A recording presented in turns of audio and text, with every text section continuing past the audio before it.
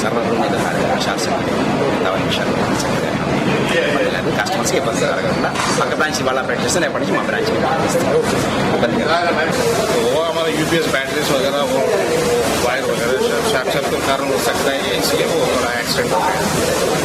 और fire control हो गया पूरा, उसमें थोड़ा इम्पैक्ट हो रहा है।